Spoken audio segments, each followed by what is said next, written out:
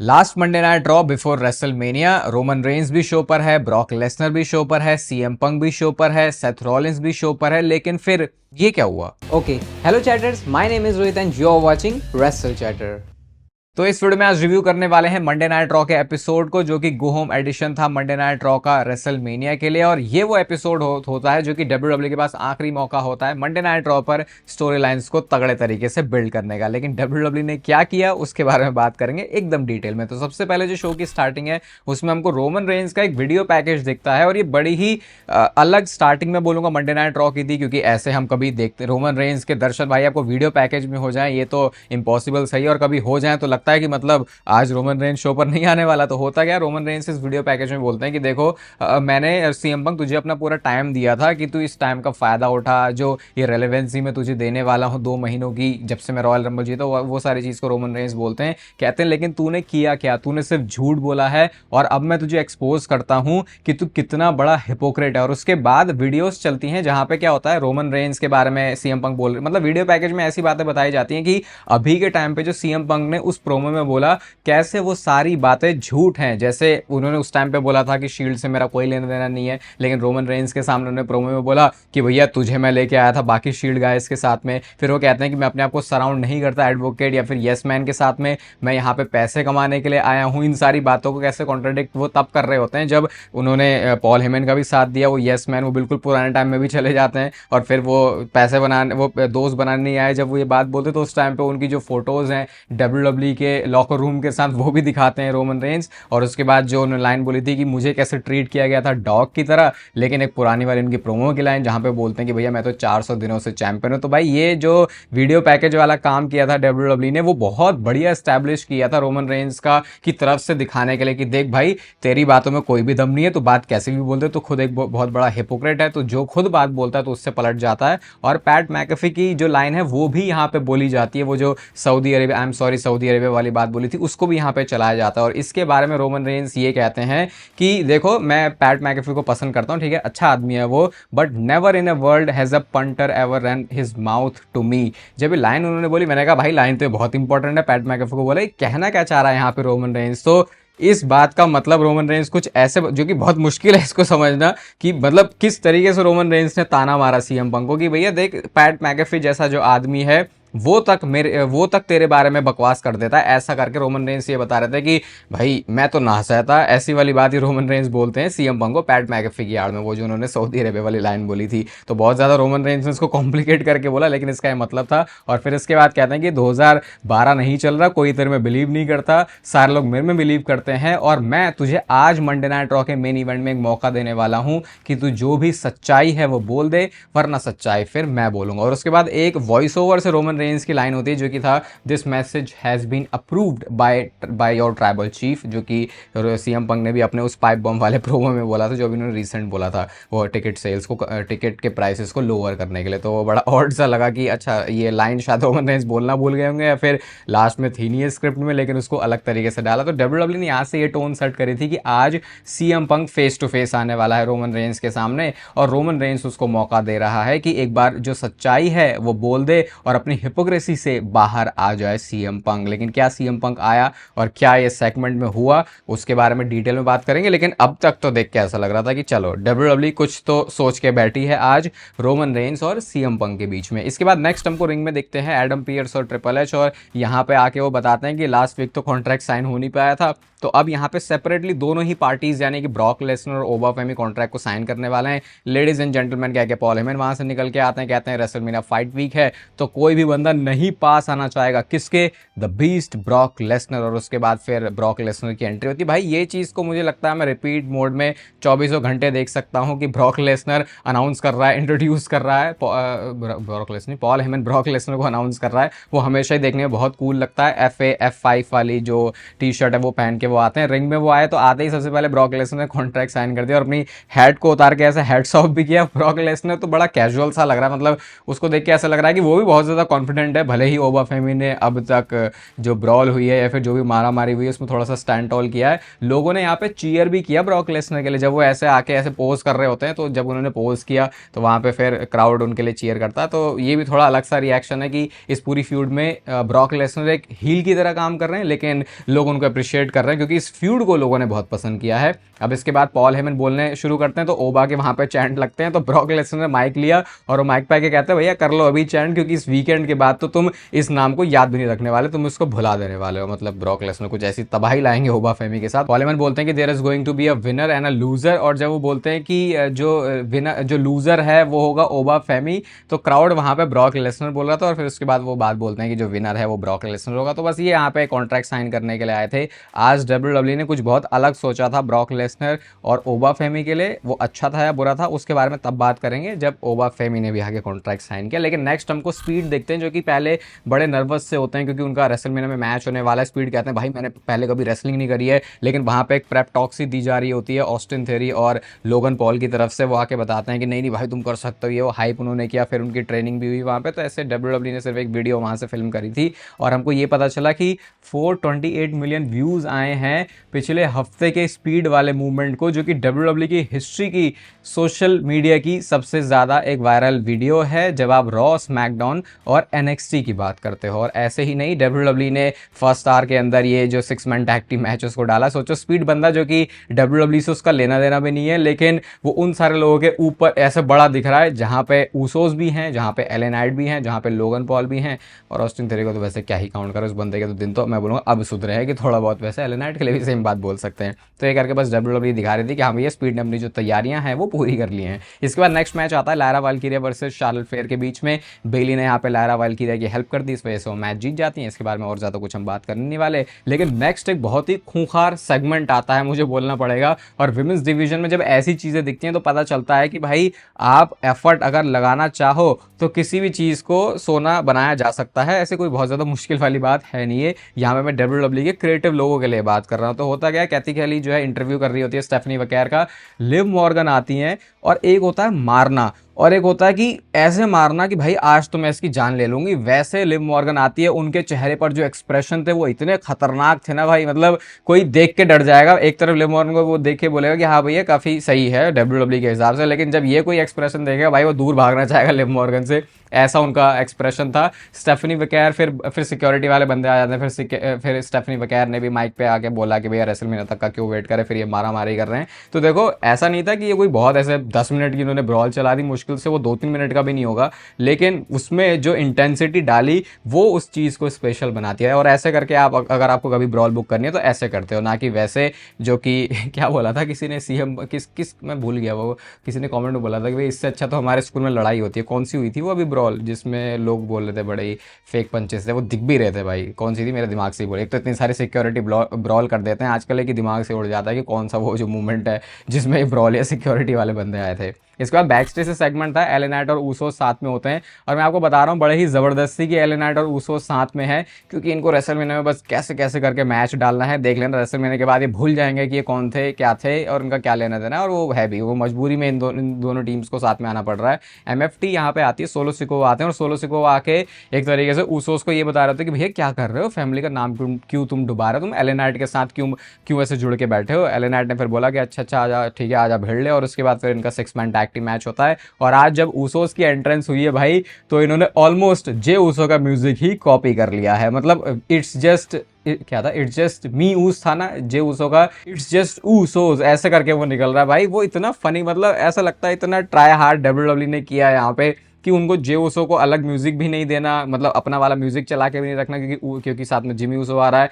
लेकिन अगेन कर तो जे ऊसो से बीट सकता है, तो फिर उसको कुछ तो देना ही था तुमको। तो उन्होंने बिल्कुल, मतलब आपको समझ में भी नहीं आएगा, अगर आप नोटिस ना करो तो आपको पता भी नहीं चलेगा कि ये जो म्यूजिक है वो इट्स जस्ट मी ऊस से ये ऊसोस के लिए बन चुका है। वो बहुत फनी लगा मुझे देख के। अभी मैच होता है तो रिंग साइड पे टामा टोंगा आ जाते हैं, क्योंकि अभी ये कुछ दिखाने सोलो सिकोवा और टामा टोंगा के बीच में डिफरेंसेस, सोलो सिकोवा से डिस्ट्रैक्ट हो जाते हैं और इस वजह से बीएफटी लगा के के इस मैच में एले नाइट ने और जो जिमी और जे ऊसो हैं वो मैच को जीत चुके हैं। और मुझे पता भी था कि ये इससे ज़्यादा कुछ दिखाने नहीं वाले, बस इनको थोड़ा टाइम पास करवाना है। और टाइम पास कौन से शो में करना है, जो कि लास्ट शो है आपका मंडे नाइट रॉ का रेसलमेनिया से पहले। और ये स्टोरी में एकदम से तुमको दिखाते नहीं है, कंक्लूजन तक तो पहुंचना छोड़ो, इसको प्रोग्रेस भी सही से नहीं करता है, बस वो अभी देखता ही रहेगा, देखना सालों तक टामाटोंगा, पता नहीं उसका एक्शन लेने की बारी कब आएगी। इसके बाद नेक्स्ट आते हैं शो पर गुंथर, और गुंथर इससे पहले कि कुछ बोलते आ जाते हैं निकल के सेथ रॉलिंस और उन्होंने आके मारना शुरू कर दिया। और मेरा ओपिनियन बहुत चेंज हुआ है आज के सेगमेंट के बाद, जो कि सेथ रॉलिंस और गुंथर के बीच में था। सेथ रॉलिंस माइक पे आते हैं और कहते हैं कि भाई 2 हफ्ते से तो लगातार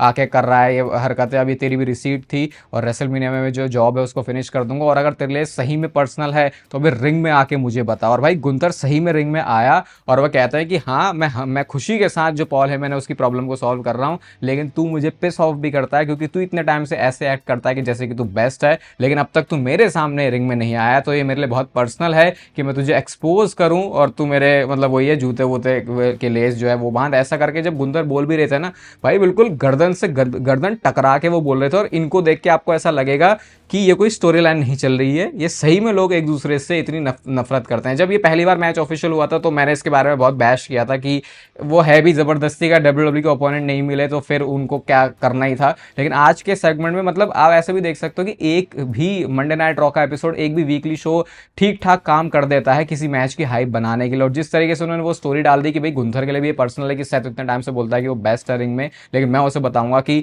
बेस्ट होने का मतलब क्या होता है, तो वो देख के अच्छा लगा। इसके बाद ये दोनों लड़ने भी लग जाते हैं, फिर उसके बाद एक दूसरे के ऊपर ये हैंड्स थ्रो कर रहे हैं, और लास्ट में सेथ रॉलिंस ने स्टॉर्म करने की कोशिश करी गुंथर को वो स्टील स्टेप्स के ऊपर, लेकिन फिर गुंथर वहां से भाग जाते हैं। तो ये इंटेंसिटी देख के अच्छा लगा, नकली सा फील नहीं हुआ। और अगेन जब डब्ल्यूडब्ल्यू में चीज़ें हमको बिल्कुल रियल लगती हैं, वो बिलीवेबल होती है फैंस के लिए, तो उस वाली स्टोरी लाइन को फिर देखने का मजा ही कुछ और आता है। और मेरा ओपिनियन इस वाले सेगमेंट के बाद काफ़ी चेंज हुआ इस मैच को लेके। अब मैं सही में लुक फॉरवर्ड कर रहा हूँ कि ओके अब देखते हैं इस मैच में क्या होता है। सेथ रॉलिंस जो कि इतने सालों से चमका हुआ है, और गुंथर कह रहा है कि तू इतने सालों से चमका क्योंकि तू मेरे जैसे किसी बंदे के सामने नहीं पड़ा था। तो ये स्टोरी है, और वही है किसी चीज़ के पीछे अगर आप हमें एक स्टोरी दे देते हो तो फिर उस फ्यूड को, स्टोरी को देखने, उस स्टोरी लाइन को क्या सोच रहे थे, स्टोरी लाइन चल रही है उसमें स्टोरी नहीं होती आजकल, उसको देखने में फिर मजा आता है। इसके बाद नेक्स्ट मैच आता है इयो स्काई वर्सेस कायरी सेन के बीच में।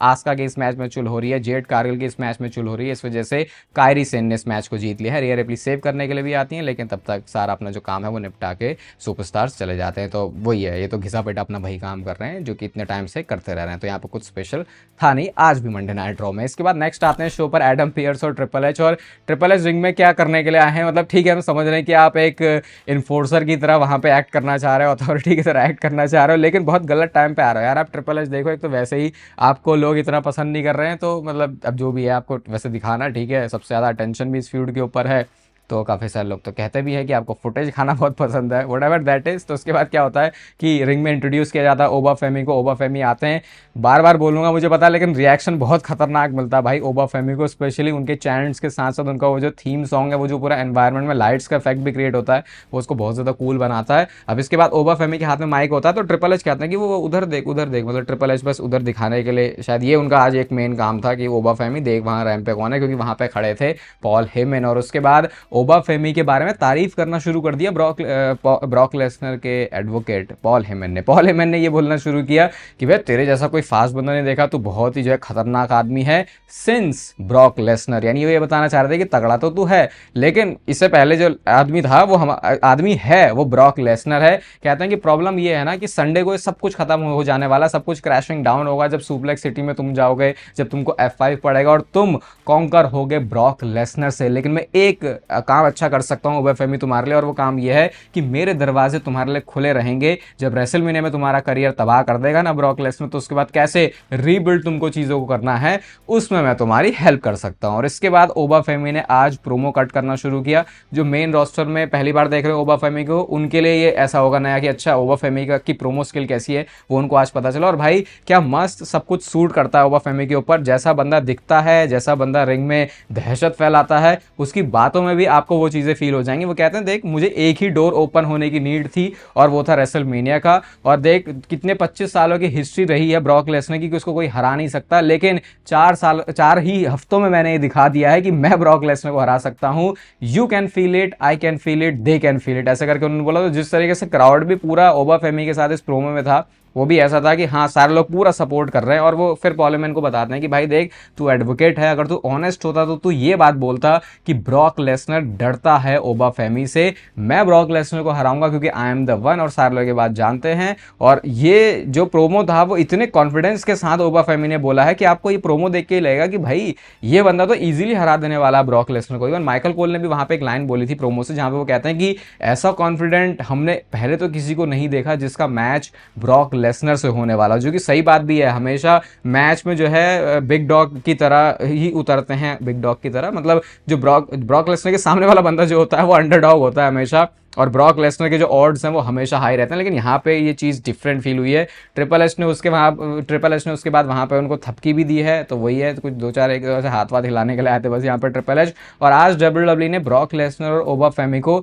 सेपरेट रखा है। अगर मैं सिर्फ इस फ्यूड को देखते हुए सोचूं ना कि अच्छा इनको अलग रखा तो कुछ प्रॉब्लम नजर नहीं आती, लेकिन जब ऐसा पता चलता है कि मंडे नाइट रॉ में एक चीज़ जो कि सबसे ज़्यादा फैंस को एक्साइट कर रही है और बाकी तो आप कुछ अच्छा डाल नहीं रहे हो, तो उसमें भी आपने ये चीज़ फैंस को नहीं दी है, तो थोड़ा सा वियर्ड लगता है कि भाई आप वैसे भी अच्छा कुछ कर नहीं रहे हो, तो जो चीज़ फैंस को पसंद आ रही है तुम शायद वो दे सकते थे। और आज ऐसा लग रहा था कि ब्रॉक लेसनर को अपर हैंड मिलेगा मंडे नाइट रॉ में, लेकिन वैसे भी हमने कोई चीज़ देखी नहीं है। तो वैसे ऐसा तो नहीं है कि कुछ डब्ल्यूडब्ल्यूई के पास बचा था यहाँ पे ओबाफेमी और ब्रॉक लेसनर के मैच को और बिल्ड करने का, बट बात यही है कि जब सारा अटेंशन इसके ऊपर है तो फैंस की थोड़ी एक्सपेक्टेशन इस चीज़ से ज़्यादा थी। बाकी तो ठीक है, अब सीधा मैच ही होगा इनका रेसलमेनिया में, और देखते हैं क्या चीज़ें होती हैं, क्योंकि ब्रॉक लेसनर को आज अपर हैंड नहीं मिला है, जो कि शायद एक बड़ी चीज़ों का हिंट हो भी सकता है। इसके बारे में आगे वीडियो में बात कर लेंगे। इसके बाद नेक्स्ट मैच आता है Dragon Lee and Je'Von versus Rusev and JD McDonagh के बीच में। इस मैच में ड्रैगन ली स्टाइल्स क्लैश के साथ जीत गए हैं, और भाई मैच के बाद ये रूसेव क्या आज से 10 साल पुराना वाला, 12 साल पुराना वाला जाग के उठ के आ गया, जिसने जॉन सीना की नाक में भी दम कर दिया था।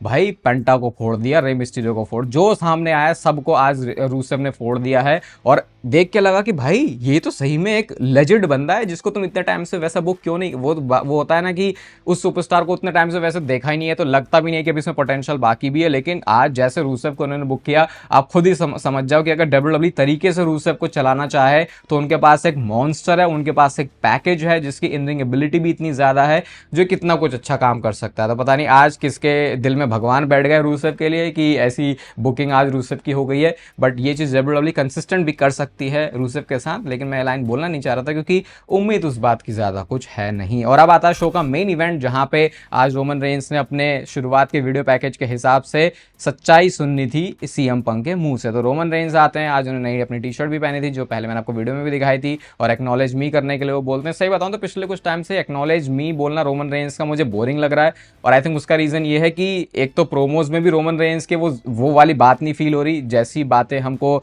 फील होनी चाहिए थी, जैसे उन्होंने अपने पूरे ट्राइबल चीफ वाले रेन में किया था। थोड़ा बंदा दबा दबा सा ही लग रहा है। और आज जैसे मैं आपको बोल रहा था कि वैसा रोमन रेंस आना चाहिए था जो पागल है, बिल्कुल खटिया खड़ी कर दे, उसमें भी बहुत ज्यादा डिसअपॉइंटमेंट मिली है। तो अब रोमन रेंस ने कुछ बोला नहीं, उससे पहले सीएम पंक का म्यूजिक प्ले होता है, क्राउड से आज वो आते हैं। आज उन्होंने अपनी रिंग, वो जो रैंप है वहां से एंट्रेंस नहीं करी, उसके बाद वो सीधा डेस्क पे खड़े होते हैं और कहते हैं कि आज का कोल्ड ओपन देखने के बाद, कोल्ड ओपन इन्होंने ये चीज बोली भी है। यूजुअली ये IWC जैसी टर्म, मार्क्स वाली टर्म भी डब्ल्यूडब्ल्यूई टीवी पे नहीं बोली जाती थी, लेकिन कोल्ड ओपन भी आज बोला गया है टीवी के ऊपर। तो उसके बाद कहते हैं कि आज मैं सच्चाई बताने के लिए आया हूँ, रोमन रेंस तू जज भी हो सकता है, तू ज्यूरी भी हो सकता है, तू एग्जीक्यूशनर भी हो सकता है, tell me when I am telling lies, ऐसे करके बोला, जो कि एक बहुत पॉपुलर कैच फ्रेज रहा है सीएम पंक का। पहले रोमन रेंस बीच में यहाँ पे बोलते हैं कि भाई रिंग में आ जा, तो फिर हम लोगों को माइक की जरूरत भी नहीं पड़ेगी। और इसके बाद सीएम पंक ने कुछ सच्चाइयां बोलने की शुरुआत करी। सीएम पंक कहते हैं कि देखो सच्चाई ये है कि मैं तेरे से नफरत करता हूं, बिकॉज आई एनवी यू। और यहां पे पूरे प्रोमो में सीएम पंक यही बताना चाह रहे थे कि कैसे उनकी एक तरीके से जलन भावना है रोमन रेंस के लिए, कि रोमन रेंस के पास वो सब है, उसको वो सब मिला जो कि सीएम पंक चाहता था कि उसके पास हो, या फिर वो उसके सपने देखा करता था। जैसे कि वो बोलते हैं कि जब से मैं बच्चा था मुझे यही सारी चीजें चाहिए थी, जो कि आज सीएम पंक के पास है भी, लेकिन कितनी आसानी से अपनी फैमिली की वजह से रोमन रेंस को ये सारी चीजें मिल गई। तेरा रहा 1316 दिनों का रेन, तूने उसके लिए जो भी किया काम किया, लेकिन अब हमेशा के लिए नंबर्स तेरे नाम से ही याद रखे जाएंगे। और इस बात से भी सीएम पंक को प्रॉब्लम है, मुझे भी इस बात से नफरत है कि मैं ऐसा फील करता हूं। मतलब सीएम पंक खुद आज ऑनेस्ट होकर बता रहे हैं सारी चीजें। सीएम पंक फिर सीका के बारे में बात करते, रोमन रेंस के फादर के बारे में बात करते कि देखो मैं उनसे प्यार करता हूं, उनसे मैं रिस्पेक्ट करता हूं। और वो अपोलोजाइज भी करते हैं कि वो फादर को लेके आए इस फ्यूड में रोमन रेंस और सीएम पंक। या मुझे समझ में नहीं आया कि ये क्या डब्ल्यूडब्ल्यूई ने आज प्रोमो में काम किया है। मेरे को इस बात से नहीं फर्क पड़ता कि रोमन रेंस ने शुरू में ये बोला कि अपनी सच्चाइयां बाहर ला, क्यों लेके आनी है आपको? पहली बात तो सच्चाई बाहर। आज के प्रोमो को देख के ऐसा लगा है भाई, ये जो भी रोमन रेंस और सीएम पंक के बीच हुआ, कि वो जो हाइप हुई थी वो भी डब्ल्यूडब्ल्यूई ने खत्म करने का काम किया है। कहां इनको काम करना चाहिए था कि और ज्यादा ये रेसलमेनिया के नाइट 2 के मेन इवेंट की हाइप को बनाए। उसके बाद वो बोलते हैं कि देखो भाई, मुझे इस बात से भी प्रॉब्लम है कि there is more than one royal family in professional wrestling. वही वाली वो लाइन बोलते हैं, कहते हैं कि मैं इस फैमिली में पैदा नहीं हुआ, पला बड़ा नहीं हुआ। मैं कहाँ पला बड़ा, मैं स्ट्रीट्स में पला बड़ा हूँ, और मैंने अपनी जो फैमिली है वो जापान जाके ढूंढी, मैंने वो इंडीज में ढूंढी, मुझे कुछ भी हाथ में नहीं पकड़ाया गया था। वो चांदी की चम्मच वाली लाइन जो कि बहुत बार रोमन रेंज के लिए बोली जाती है वो भी बोला। वो कहते हैं कि प्रोफेशनल रेसलिंग को मैंने अपनी फैमिली बनाया, मेरे जूतों में इस समय गोल्ड है, मेरी वेस्ट में गोल्ड है, और रेसलमेनिया की संडे वाली नाइट के बाद मेरा जो हेड है उसके ऊपर भी गोल्ड होने वाला है। मतलब वो चैंपियनशिप रिटेन करने की बात कर रहे होते हैं और कहते हैं tell me when I am telling lies. तो ये अभी सीएम पंक का प्रोमो था। यहाँ पे वही जो रोमन रेंस ने बोला था, सच बता देना, काफी सारी सच्चाई है। आज ऐसा सुनाई पड़ा कि सीएम पंक ने बोली हैं और बहुत ऑनेस्ट तरीके से बोली हैं। लेकिन ये आपने एक तो फादर को मेंशन किया, उसके बाद उसका कुछ आपने दिखाया भी नहीं, और अब सॉरी भी बोल दिया। तो वो जो आपने एक स्टोरी बनाई थी उसको भी आपने बोला छोड़ो भाई, ये तुम पता नहीं क्या कर रहे थे। आज सच्चाइयों की बात है, सच्चाई में अगर गले ही मिल लोगे, बैक स्टेज तो तुम लोग गले मिल ही रहे होगे। मेरे को समझ नहीं आया, पता नहीं क्या था। उसके बाद रोमन रेंस कहते हैं कि हाँ भाई, ये तो ट्रूएस्ट स्टफ है जो कि मैंने तेरे मुंह से सुना है अप अंटिल दी एंड। यानी शुरुआत की सारी बातों से रोमन रेंस भी अग्री करते। ये कैसी इनकी फ्यूड चल रही है कि दोनों एक दूसरे की बातों में हाँ मिला रहे हैं, एक्सेप्ट कि सीएम पंक बोलता है कि मैं चैंपियनशिप रिटेन कर लूंगा और रोमन रेंस कहता है कि मैं टाइटल जीत लूंगा। वो कहते हैं कि भाई तेरा रिलेशनशिप इन लोगों के साथ बहुत तगड़ा है, मैं भी चाहूंगा ऐसा कि मैं भी जब इस जगह को छोड़ूं तो ये लोग 10 साल तक मेरे भी नाम के चैंट करें, but that is not the reality. ऐसे करके रोमन रेंस फिर उनको बताते हैं कि देख भाई, मैंने तुझे 2 मंथ दिए इस रेलेवेंसी के, तूने उसका कुछ भी नहीं किया। अब संडे में स्टिल नहीं एंड न्यू होने वाला है, और संडे को जो सारा मैस है उसको ट्राइबल चीफ फिक्स कर देगा, क्योंकि वो टेक ओवर करेगा फिर से, और तू और साथ में पूरी दुनिया फिर से रोमन रेंस को एक्नॉलेज करने वाली है। डब्ल्यूडब्ल्यूई ने ये डिजास्टर किया है इस प्रोमो सेगमेंट में। जो हाइप थी, जो थोड़ी बहुत भी ये बना रहे थे, ऊसोस को पता नहीं क्यों लेके आए थे, स्टोरीज उन्होंने 36 बार चेंज करी, एंड में जाके बता दिया स्टोरी कुछ नहीं है। स्टोरी बस ये है कि रोमन रेंस जीतेगा और सीएम पंक कह रहा है कि मैं जीतूंगा। भाई पता नहीं क्या डब्ल्यूडब्ल्यूई ने किया आज के मंडे नाइट रॉ को। भाई मैं क्या अभी अब आप खुद सोचो, आप बोलते हो रेट करो शो, इस वाले शो में मैं क्या ही रेट करना जैसे आपको बताऊं। नहीं तो बहुत डिसअपॉइंट कर दिया डब्ल्यूडब्ल्यूई ने। अपना ओपिनियन आप इसके बारे में बताना। बाकी नेचुरल टीन का लिंक आपको मिलेगा डिस्क्रिप्शन में। आरपंत वाले कोड के साथ आपको प्यारा सा डिस्काउंट मिल जाता है। थोड़ा प्रोटीन टेस्ट कर लोगे तो डोपामिन अच्छा रिलीज हो सकता है आपका। इस मंडे नाइट रॉ से तो नहीं होने वाला। चैनल को सब्सक्राइब कर दो डेली डब्ल्यूडब्ल्यूई से रिलेटेड कंटेंट के लिए। बाकी तब तक फिर लेते रहो जिंदगी के मजे।